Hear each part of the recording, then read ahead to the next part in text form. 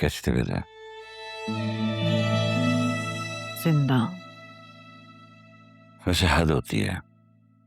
आलिया तुम्हारी तबीयत का सुनकर दौड़ी चली आई। मैंने रात को उसको जबरदस्ती भेजा है। फिजा नर्स बनकर तुम्हारे बिस्तर के साथ लगी रही, लेकिन तुम्हारी सुई उसी बेटी पे अटकी हुई है जिससे तुमसे ज्यादा इस घर के हिस्से में इंटरेस्ट है। क्या करूं मैं?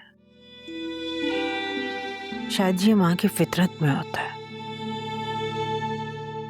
जो औलाद सबसे ज्यादा कमजोर होती है, माँ हर वक्त उसी की फिक्र में लगी रहती है। औलाद कितनी ही बड़ी क्यों ना हो जाए,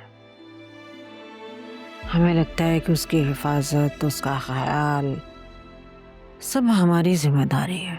कम से कम जोया के मामले में तुम्हारा ये ख्याल बिल्कुल गलत है। वो अपने शौहर के साथ बहुत खुश है। बेचारी कितने मान से आई थी आपके पास कि हम उसे फ्लैट दिलवा देंगे, लेकिन आपने क्या किया? खाली हाथ भेज दिया उसे। आप अपनी कोई भी चीज बेच दें, अपने शेयर्स बेच दें, उसको कम से कम फ्लैट दिला दें, लेकिन नहीं, आपने तो कसम खा रखी है। कोई कसम वसम नहीं खा रखी।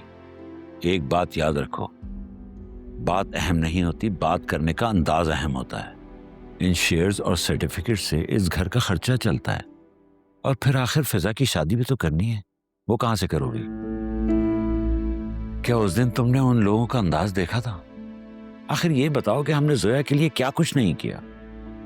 और उसको देखो, वो कैसे गुरूर के साथ शौहर का हाथ थामे चली गई, और अपना फोन भी बंद कर रखा है।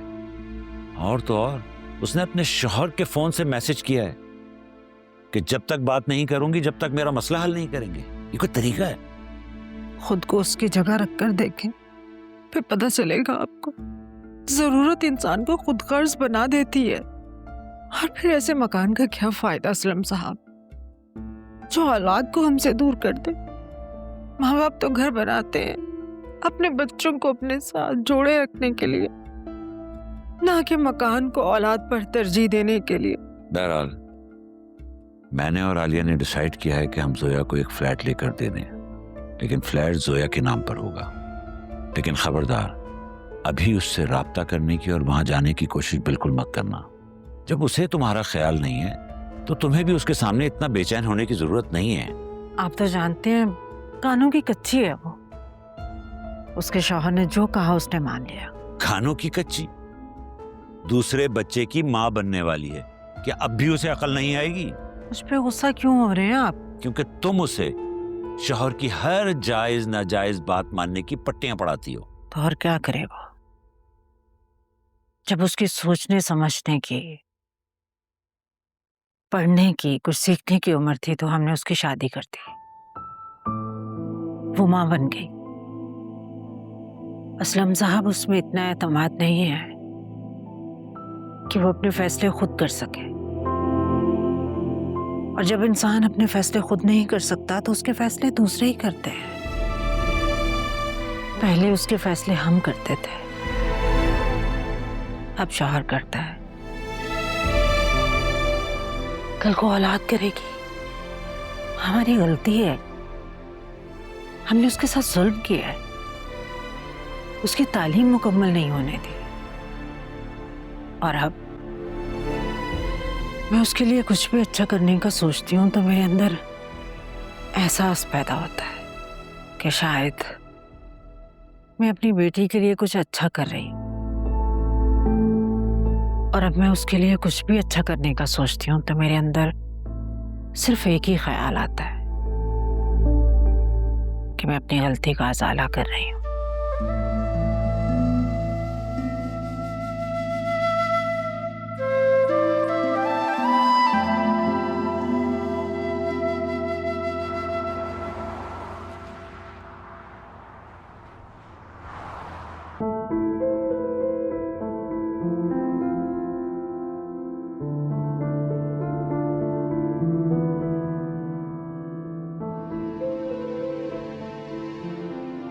डॉक्टर साहब, रिपोर्ट्स कैसी आई हैं? रिपोर्ट्स तो बिल्कुल ठीक आई हैं। जब रिपोर्ट्स ठीक आई हैं तो फिर हमें कोई गुड न्यूज क्यों नहीं मिल रही है? देखें, ये तो अल्लाह के हाथ में है। जब अल्लाह का हुक्म होगा तभी होगा। और वैसे भी आपको कुछ साल तो वेट करना चाहिए ना। कुछ वक्त गुजरने दें, फिर आप फिक्र कीजिएगा।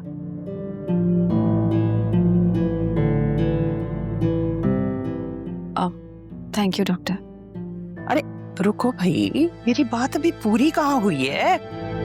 देखिए डॉक्टर साहब, आपने अगर मजीद टेस्ट करवाने हैं तो करवाएं, और दवाएं लिख कर देनी है तो दे दें। बस अल्लाह ताला मेरे वासी को जल्द से जल्द औलाद दे दे। मैडम, मैंने आपको बोला ना वो बिल्कुल ठीक है। फिर भी आपकी तसल्ली के लिए मैं मल्टीविटामिन लिख के दे रही हूँ।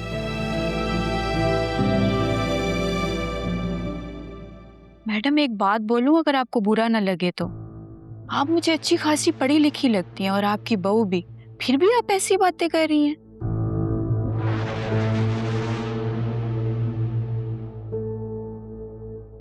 हम आपको ट्रीटमेंट के लिए पैसे दे रहे हैं, अखलाकियात पे लेक्चर देने के नहीं।